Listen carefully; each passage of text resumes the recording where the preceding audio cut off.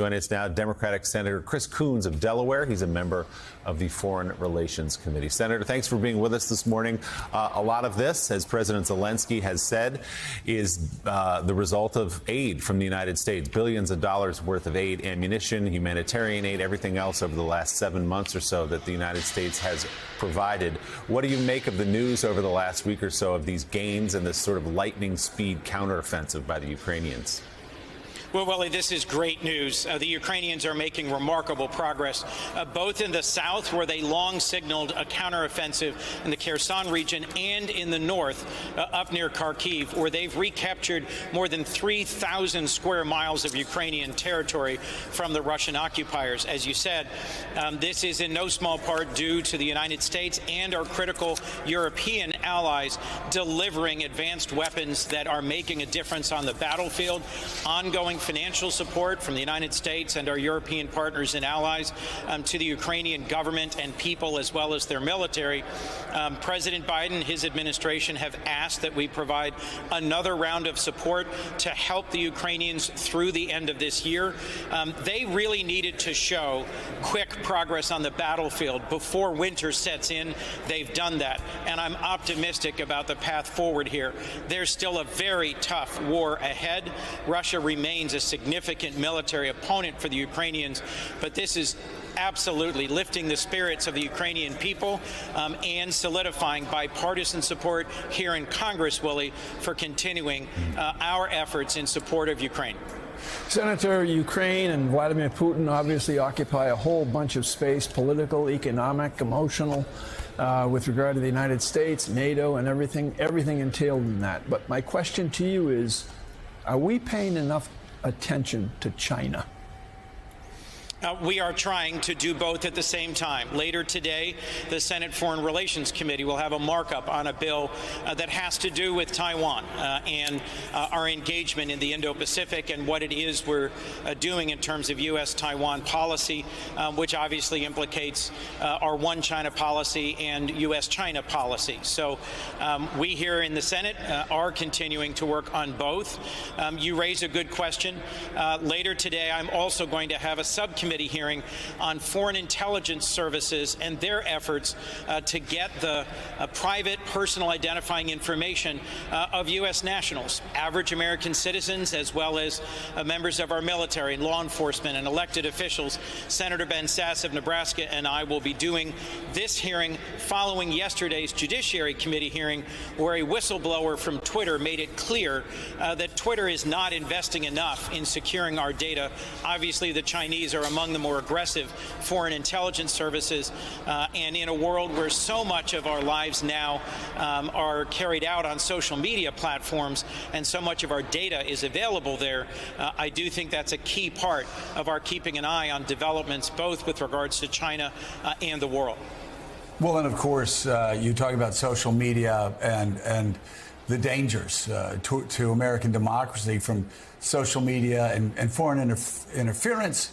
Reminds us all of 2016 when Facebook admitted internally to themselves that Russians used Facebook to spread disinformation and try to influence the election. Of course, Sheryl Sandberg got very angry at the whistleblower that came forward.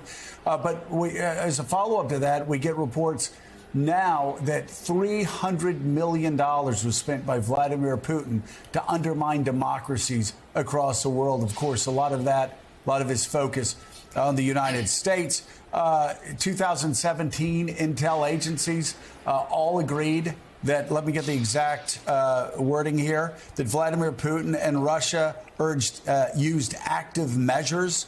Mike Pompeo, Dan Coats, Christopher Wray, General Ashley, all Trump appointees, all agreeing that Russia used active measures. Marco Rubio led the Senate Intel Committee report that said that Trump's 2016 campaign posed a grave threat to counterintelligence efforts against the United States of America.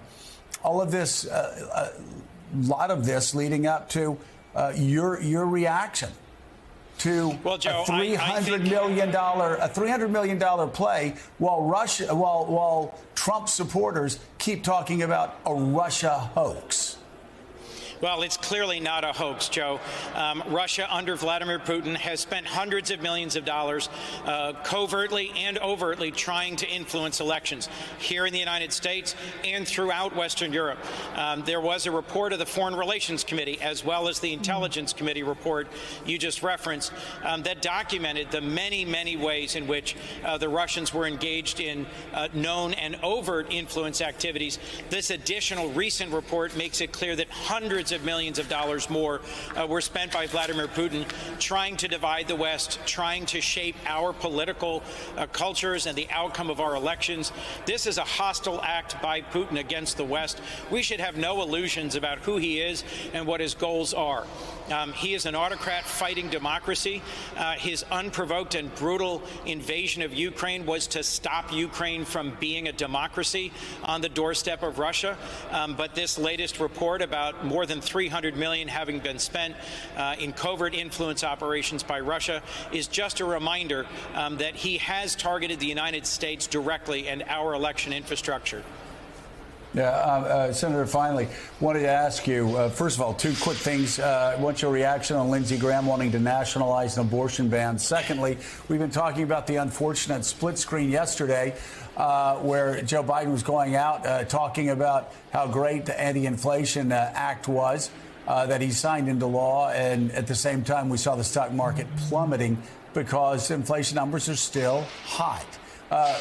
We can talk about the staffing error of putting the president out at that time if we want to, but let's talk about the things that working class, middle class Americans in Delaware care about, and that is inflation. How in the hell does the government cool it off? Well, Joe, gas has gone down 90 days in a row. In Delaware, it's $3.38 a gallon on average today. And I think gas is probably the pressure point that most folks feel first. We still have more work to do to get inflation down further.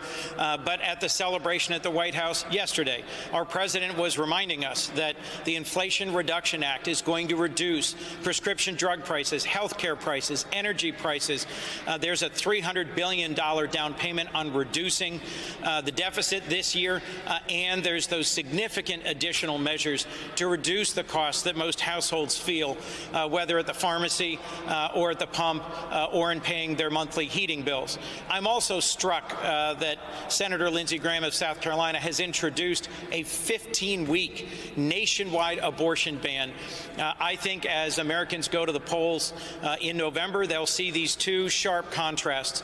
President Biden and the Democrats passing a fully paid-for bill that tackles the daily prices that matter to them, that tackles the climate crisis, that makes our country more competitive and more secure, and further efforts by a Republican leader to impose a nationwide abortion ban that would impact not just those states that have already at the state level adopted complete abortion bans, but that would impact states like Delaware and many other blue states that are protecting reproductive rights.